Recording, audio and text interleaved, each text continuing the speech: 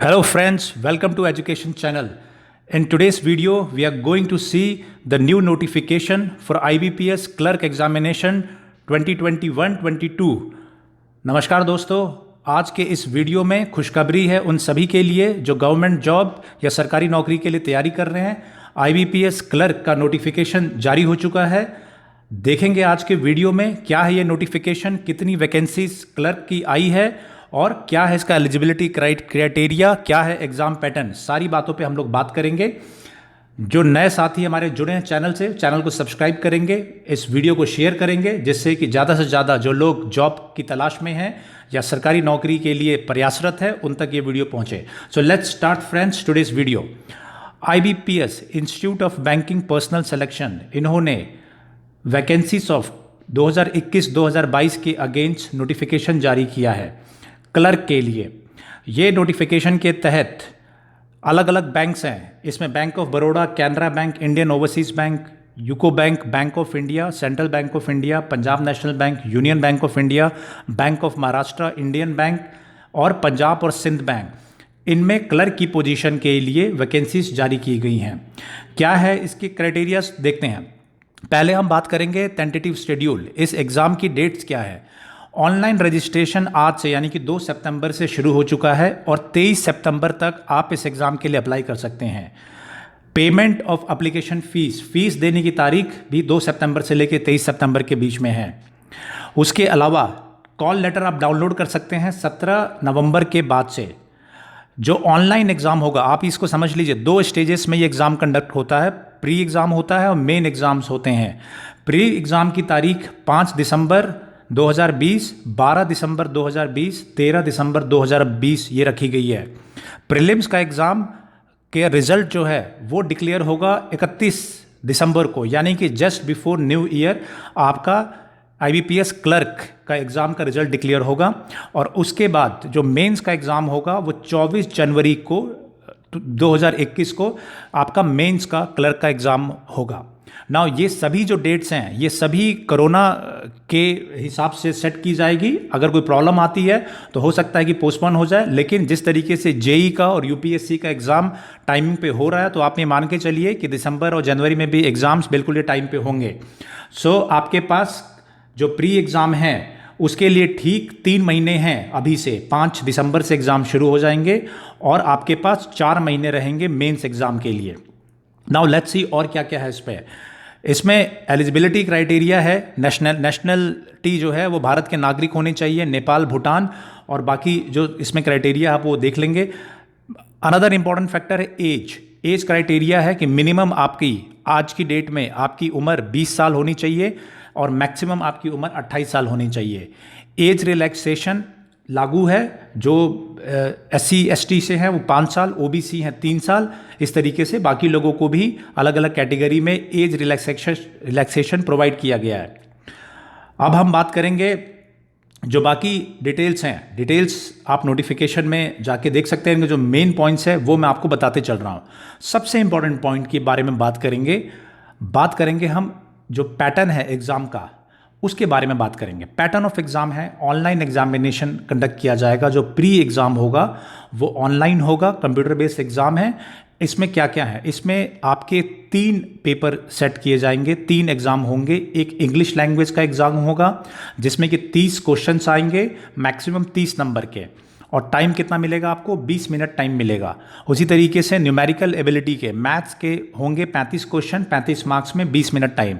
Reasoning के होंगे 35 questions, total marks होंगे 35 और टोटल टाइम 20 मिनट्स। इस तरीके से टोटल 100 क्वेश्चंस होंगे आपके प्री के एग्ज़ाम में, 100 मार्क्स का होगा और 1 घंटे का आपको टाइम मिलेगा। ये मैं बता दूं कि जो तीनों सेक्शंस हैं, इंग्लिश, मैथ्स और रीजनिंग, इन तीनों में इंडिविजुअल कट ऑफ लाना भी इंपॉर्टेंट है। जो स्टूडेंट्स प्री में क्वालिफाई करेंगे वो मेंस एग्ज़ाम में बैठेंगे, जो मेंस एग्ज़ाम आपका जनवरी में होगा। इसमें पेपर होंगे 4। क्या क्या पेपर होंगे, पहला होगा जनरल और फाइनेंशियल अवेयरनेस, मतलब जो इकोनॉमिक्स के कॉन्सेप्ट हैं और साथ ही साथ जनरल स्टडीज़ के 50 क्वेश्चंस होंगे, 50 नंबर के, 35 मिनट टाइम मिलेगा इसमें। इंग्लिश होगी, इंग्लिश में 40 क्वेश्चंस, 40 मार्क्स के, 35 मिनट टाइम मिलेगा। रीजनिंग और कंप्यूटर एप्टीट्यूड के क्वेश्चंस होंगे। 50 क्वेश्चंस 50 मार्क्स 60 मार्क्स के और 45 मिनट्स टाइम मिलेगा। उसी तरीके से क्वांटिटेटिव एप्टीट्यूड या मैथ्स के 50 क्वेश्चंस होंगे, 45 मिनट्स टाइम मिलेगा। इस तरीके से टोटल नंबर ऑफ क्वेश्चंस 190 होगा, 200 नंबर के टोटल मार्क्स होगा और 160 मिनट्स आपको प्रोवाइड किया जाएगा। आपको मेंस एग्जाम क्लियर करने के लिए इंडिविजुअल जो पेपर्स हैं उन सब का भी कट ऑफ क्लियर करना पड़ेगा। साथियों, मैं यही बता दूं कि इस एग्ज़ाम में नेगेटिव मार्किंग दोनों प्री में और मेंस में नेगेटिव मार्किंग है और नेगेटिव मार्किंग 1/4 एक चौथाई मार्क्स आपका डिडक्ट कर लिया जाएगा अगर आप गलत आंसर मार्क करते हैं। ये हमारा एग्ज़ाम का क्राइटेरिया बिल्कुल यहाँ पे हो गया। और जो स्टूडेंट्स जो कैंडिडेट्स मेंस एग्ज़ाम को क्लियर करेंगे, कट ऑफ स्कोर ले आएंगे, वो अलग अलग स्टेट्स के लिए जो क्लर्क की वैकेंसीज है उनके अगेंस्ट क्वालिफाई करेंगे। मैं एक बात बता दूं कि जो IBPS क्लर्क का एग्ज़ाम है ये ऑल इंडिया लेवल पे नहीं है। जिस तरीके से बैंक PO का होता है ऑल इंडिया लेवल पे, ये स्टेट स्पेसिफिक है। अगर जो बिहार की वैकेंसीज हैं उसके अगेंस्ट अगर आपने भरा है तो उसके अगेंस्ट आपको वैलिडेट किया जाएगा। अगर तमिलनाडु के अगेंस्ट आपने भरा है तो तमिलनाडु की जो वैकेंसीज है उसके अगेंस्ट ही आपके मार्क्स देखे जाएंगे। जो स्टूडेंट्स मेंस क्लियर कर लेंगे उनको प्रोविजनल अलॉटमेंट किया जाएगा। वैकेंसीज, रिजर्वेशन, इन सब के आधार पे अलग अलग डॉक्यूमेंट वेरिफिकेशन है जो बाकी एग्जाम्स में भी आप अप्लाई करते हैं। एक चीज़ ध्यान रहे, कोरोना की वजह से कुछ स्पेशल आपको प्रिकॉशंस इसमें लेने होंगे, जिसमें कि mask, gloves, transparent water bottle और सैनिटाइज़र ये आपको कैरी करने पड़ेंगे जब आप एग्ज़ाम देने जाएंगे। इसके अलावा जो मोस्ट इंपॉर्टेंट चीज़ें हैं, किस तरीके से आपको अप्लाई करना है, तो अप्लाई करने के लिए IBPS की साइट पे जाना है। IBPS की साइट कौन सी है? IBPS.in। वहाँ पे जाएंगे, होम पेज पे, वहाँ पे क्लर्क का जो नोटिफिकेशन है वहाँ पे how to apply, click here to apply online option मिलेगा। वहाँ से आप रजिस्ट्रेशन कर सकते हैं इस एग्ज़ाम के लिए। फ़ीस क्या है? फ़ीस 850 है, 850 रुपये जनरल कैटेगरी के लिए, और बाकी जो हैं SC ST कैटेगरी उनके लिए 175 हैं। 850 जनरल और OBC दोनों के लिए हैं। तो ये ध्यान रहे आपको।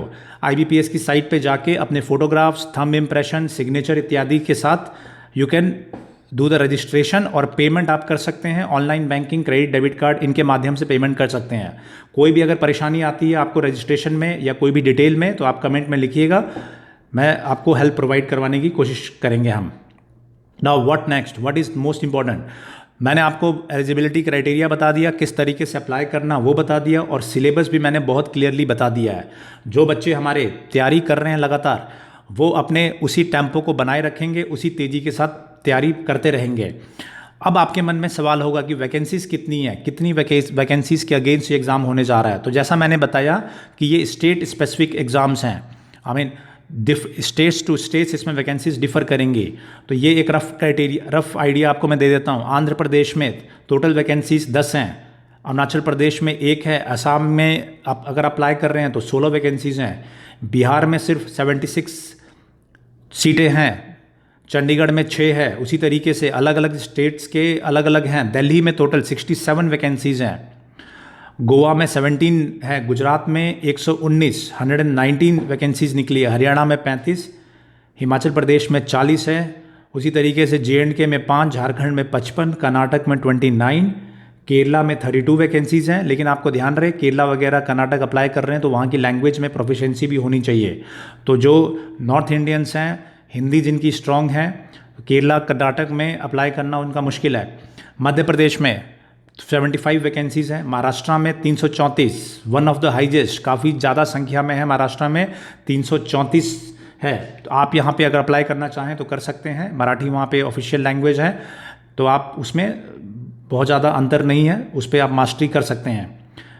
नेक्स्ट आपके हैं उड़ीसा में 43 वैकेंसीज़ हैं, उसी तरीके से पंजाब में 136 वैकेंसीज़, राजस्थान में 48, तमिलनाडु में 77 है, तेलंगाना में 20, त्रिपुरा में 11, उत्तर प्रदेश में भी कम वैकेंसीज़ है महाराष्ट्र के कंपैरिजन में। उत्तर प्रदेश में सिर्फ 136 वैकेंसीज़ है, महाराष्ट्र में 300 प्लस वैकेंसीज़ निकली है बैंक क्लर्क में। उसी तरह वेस्ट बंगाल में भी 125 ठीक ठाक वैकेंसीज़ हैं। सो साथियों, ये टोटल वैकेंसीज़ हैं जिसके अगेंस्ट में आप अप्लाई करेंगे।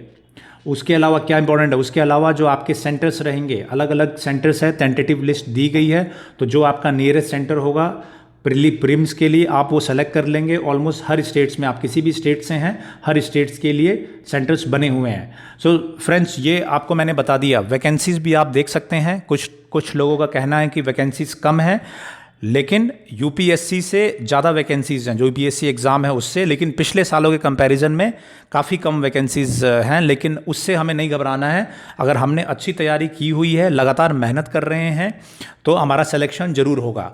नाउ करना क्या है आपको करना ये है कि आप इसका पहले फॉर्म भरिए, 23 तारीख से पहले फॉर्म भर के पूरा प्रोसीजर कंप्लीट करिए एंड देन अपनी तैयारी में लग जाइए। 3 सेक्शन है, आप ध्यान रखिए, English, maths, reasoning. English, math, reasonings की आप तैयारी करिए और साथ ही साथ पेपर पढ़ते रहिए। इस चैनल पे भी मैं लगातार, चाहे रीजनिंग हो, मैथ्स हो, उसके जो भी टॉपिक्स हैं जो मुझे लगता है कि आ सकते हैं एग्ज़ाम में, उनके वीडियोस में डालते रहता हूं, ताकि जो हमारे स्टूडेंट्स हैं उससे इंपॉर्टेंट कॉन्सेप्ट समझते रहे।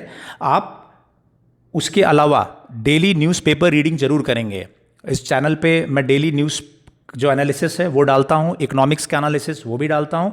सो जो इस एग्ज़ाम के लिए अपीयर हो रहे हैं वो ये ध्यान रहे कि जनरल नॉलेज के साथ साथ इकोनॉमिक्स पे आपका ध्यान रहना चाहिए। जो इकोनॉमिक्स की चीज़ें हैं, कल हमने बात किया था जीडीपी के बारे में और बाकी आंकड़ों के बारे में, तो उसकी अंडरस्टैंडिंग आपकी अच्छी रहेगी तो आपको एग्ज़ाम में फ़ायदा मिलेगा।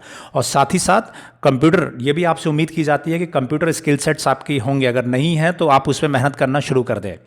और इंग्लिश के भी जब भी आप पेपर पढ़े तो इंग्लिश के चाहे वोकेबलरी हो, ग्रामर हो, वो ध्यान देते चले। तो एक रीडिंग में, एक न्यूज़पेपर रीडिंग में आप इकोनॉमिक्स पे भी मास्टरी लीजिए, जनरल नॉलेज भी जानिए और इंग्लिश भी करिए।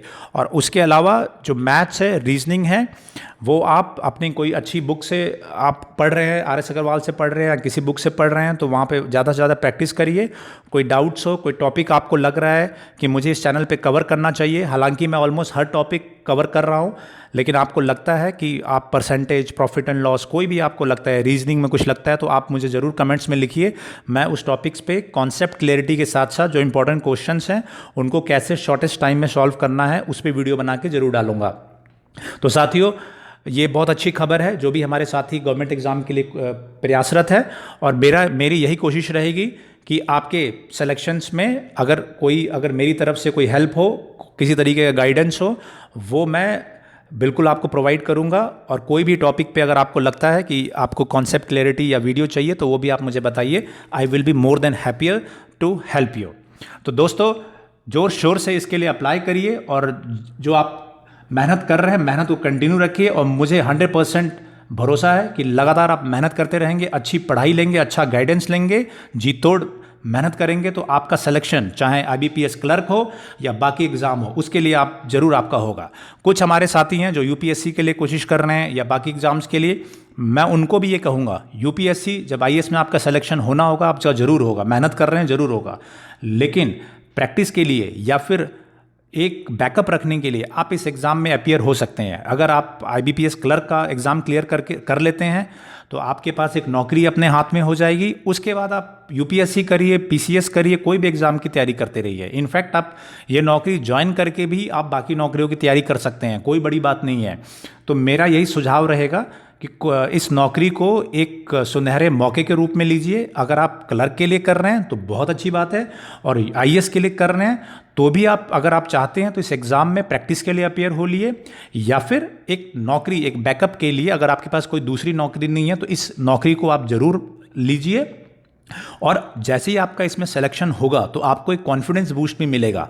आपको लगेगा कि अगर लाखों लोगों के बीच में अगर आप इस एग्ज़ाम को निकाल देते हैं तो आईएएस के लिए भी आपको उसमें हेल्प करेगा।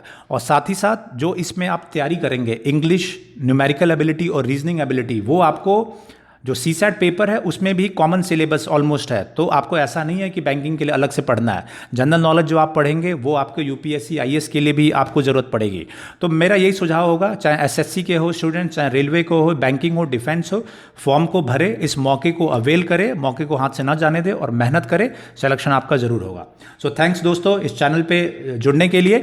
निवेदन करूंगा कि ज़्यादा से ज़्यादा इस वीडियो को शेयर करिए ताकि ज़्यादा से ज़्यादा जो हमारे नीडी लोग हैं उन तक ये वीडियो पहुंचे, ये जानकारी पहुंचे और वो इसमें अप्लाई करके उनको सफलता मिले।